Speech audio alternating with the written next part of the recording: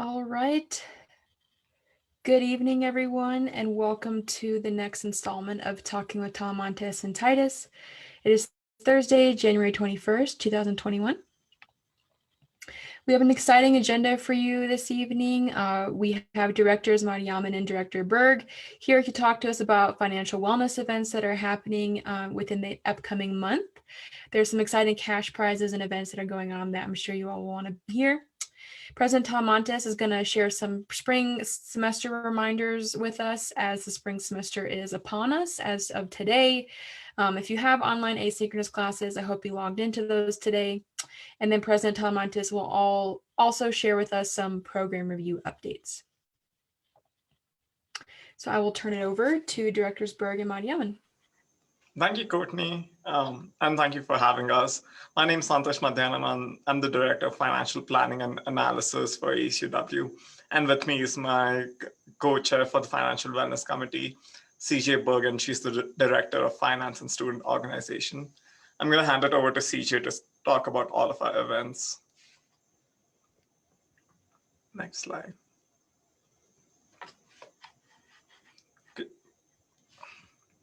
Hello, so as Santra said, I'm CJ. I'm the Director of Finance and Student Orgs, and we've been working really hard alongside a lot of the other executives in the office, including our Director of Marketing, to put together Financial Literacy Month. And so you can see on this graphic here, it's kind of a schedule of events. So throughout the entire month, we're going to have a goose chase scavenger hunt, and I'll talk a little bit more about that on the next slide.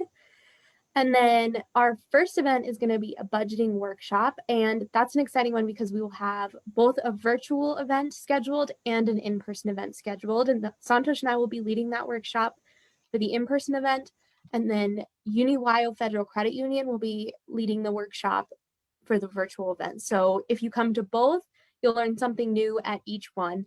And the budgeting workshop is kind of the heart of what we do with financial wellness and trying to teach you to just be very conscious about how you're spending your money.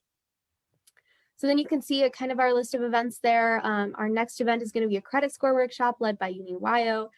And then Santosh and I will also be doing an intro to investing presentation where we'll talk about apps and other free tools that you can use to start with budgeting and with investing.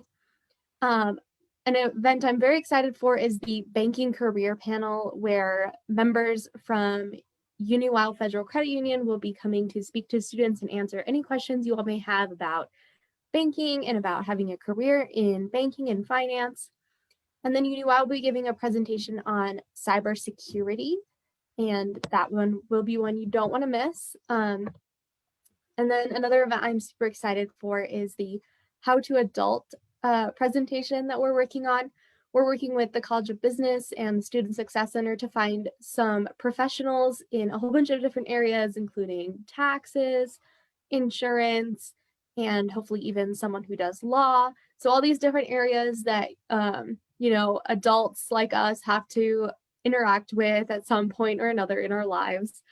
And then Santosh will be working alongside ISS to lead a workshop tailored towards international students.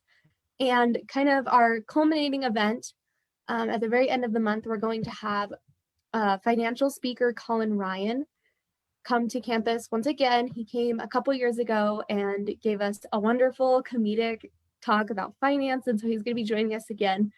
And yeah, that's kind of our big list of events. We also will be partnering with 7220 to bring you some financial trivia towards the end of the month. So yeah, lots of great things going on.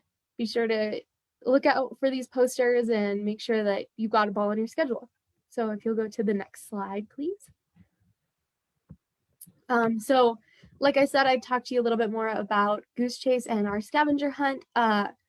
If you participated last semester, you'll remember that the number one cash prize is $550, with $450 to second place, $350 to third place, and then everyone in the top 10 will get some sort of cash prize. I'm not super clear on all of those, but we'll be sure to have all the details in the rules. You can sign up for the scavenger hunt right now and get registered early. The game hasn't started yet, so if you want to participate in that again, make sure you get signed up.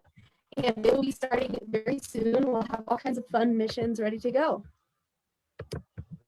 And so, Santosh is reminding me to also talk to you about SOAR. So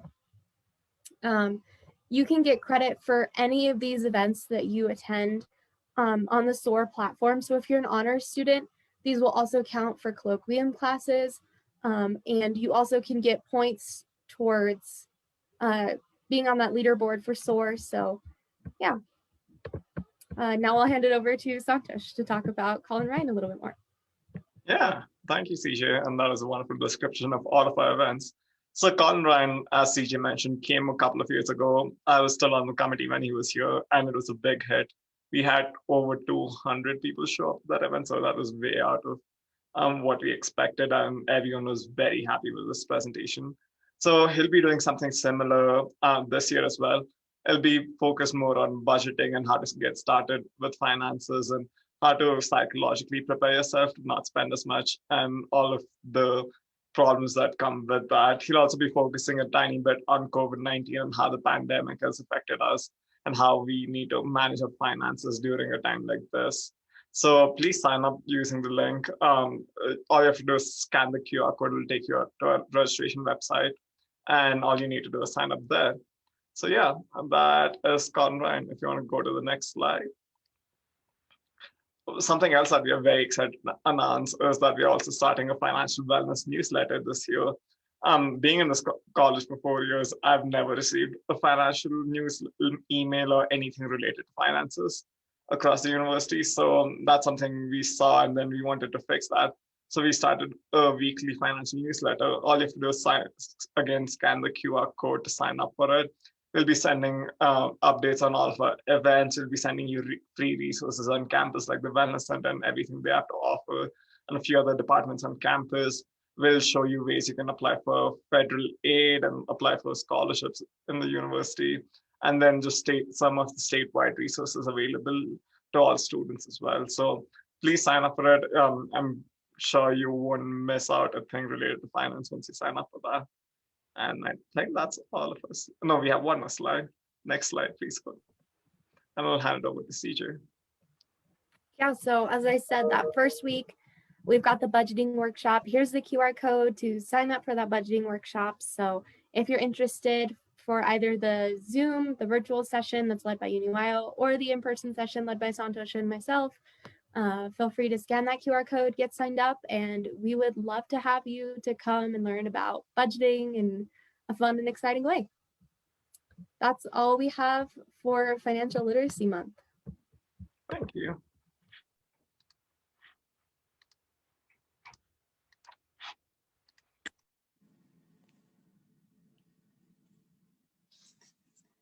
Hi all, so I'll just be giving you some reminders for the spring semester. So we'll be going over things like the limited contact period, the spring plan training module, and the available testing times and the requirements for the spring semester. So the first is the limited contact period, which we are currently in now, and it ends January 31st.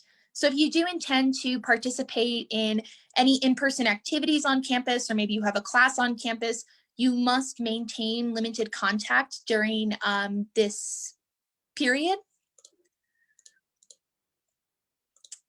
And so that kind of looks like just making sure that when your in-person classes start on the 25th, that you're only going to those, keeping your contact limited to whenever you have to go to work or even worship on Sundays as well. I would also avoid eating out and getting takeout if you're wanting to get any kind of food this week, since it is, we're wanting to keep you limited contact, utilizing things like the Walmart grocery pickup or the Safeway grocery pickup. Those are all things that you can do that can kind of help you limit the contact that you have with people before we kind of start getting more into the groove of the spring semester. And so this also means that access to in-person student services such as the computer labs or the library half acre, they'll all be limited during this time. So we will start to see some more in-person things on campus opening up after that limited contact period. And so in addition to the limited contact period, it is imperative that students complete the spring plan training module that's available on their YO courses. And students have until the 31st of January to complete this. And this is very important because it goes over all of the critical information about COVID-19 testing requirements and policies on campus. And these, like I said prior, these courses all can be found on your YO courses. And if you do not complete it by the 31st of January, a hold will be placed on your account, which means that you can't check out library books, you will get a red COVID pass, and you can't come to campus and utilize things such as half acre. So it's very important that you take some time out of your evening to complete the spring training course module. And so in addition to the limited contact period, as well as the spring training, the other important piece is testing. And so testing policies have remained relatively the same as they were in the fall. Undergraduate students are still expected to test twice a week, while graduate students will be testing once a week. And a failure to comply with testing will result in a red COVID pass for the following week, which again means that you can't utilize some of our resources on campus because it identifies that you have failed to test. And so students who have an in-person class, you probably already tested, or maybe you're getting tested in the next few days because you're already auto-enrolled in testing. However, if you're a student who has all online classes, but you're in Laramie and you plan to utilize spaces like the Union, Half Acre, the library, you do want to opt in to that testing. That's going to be really important for you to be able to get that green COVID pass. And again, testing exemptions are also available on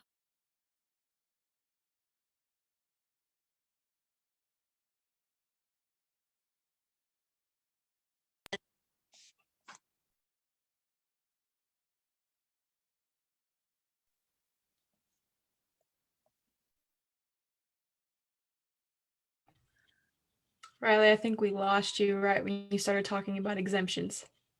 Oh, okay. Well, that's a-okay, because I think I finished there before I realized something was wrong. But again, if you do have any exemption to tests, those are something that is something that's still available this semester. And there are extended testing times that are available at Crane Hall. So just a reminder, if you do want to go on campus next week, you do have to try and get tested this week. And testing times have been extended. So if you haven't tested this week, there's still opportunities to do so. So from 8 a.m. to 12 p.m., Friday, Saturday, and Sunday, there are some times for students to go ahead and get tested during those times. So more information on testing times, policies, exemptions are all available at the UW COVID-19 testing resources page, which I've also provided a link for here. But that's a really good resource for you all to kind of find some information on some testing policies. And if you do have any questions as well, feel free to email the COVID response email that is also available on that website. And so for my reports and communications, I will just keep it brief and remind you all that program reviews are still happening and Academic Affairs is still accepting feedback from the public until January 29th. So that means you don't necessarily have to be a student to speak on behalf of a particular program, but this feedback is critical for Academic Affairs to kind of see how the university is taking some of these program reviews. And so the website that I have provided in this slide right there provides information on which programs are up for review and just provides sections where departments have given a bunch of different information as to whether they agree with a recommendation or whether they disagree. So there are two types of program reviews that are happening at the moment. The first one is our proposals to consolidate, reorganize, reduce, and or eliminate certain programs. The second would be strategic review, where the university is working strategically to improve in and strengthen certain programs rather than wanting to eliminate them. And so this website provides some really great resources from departments on whether or not they agree with President Seidel and Academic Affairs recommendations, or whether they disagree and provide recommendations on how they should go about the program reviews. And so all of the feedback in those documents can be very valuable if you're wanting to provide any kind of feedback. It can kind of give you some information from the department's point of view as to how they would see program reviews happening in the future. And this website, I will admit, is a bit confusing in the way that it is organized. So if you do want to have an opportunity to walk through the website with ASUW, on our Instagram, we do have a highlight on our page that just walks through the website for program reviews, all of the documents, and then also walks through the form that you can submit for the program reviews. This is a very important process, and this is really a great opportunity for students and other members of the public to make their voices feel heard on particular programs. So if you do have a moment to spare in between some of your studies in the beginning of the semester, I would highly recommend going over to this website, reading through some of these documents, and providing some feedback for academic affairs.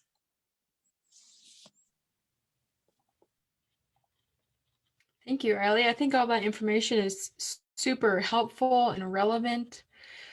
We usually move on to the open forum portion of talking with Talamantes and Titus, but we don't have any questions this evening, seeing that it's the first day of classes for us on a quite unusual Thursday. I'm not so surprised, but I do want to remind you all that you can interact with this video after it's pre-recorded on Facebook, YouTube, or our website. You can comment or message us on any of those platforms or email us any questions, comments, or concerns that you may have. We'll get in touch with you or help you connect to the resources that you may need, and AHW is here working for you. So thank you very much.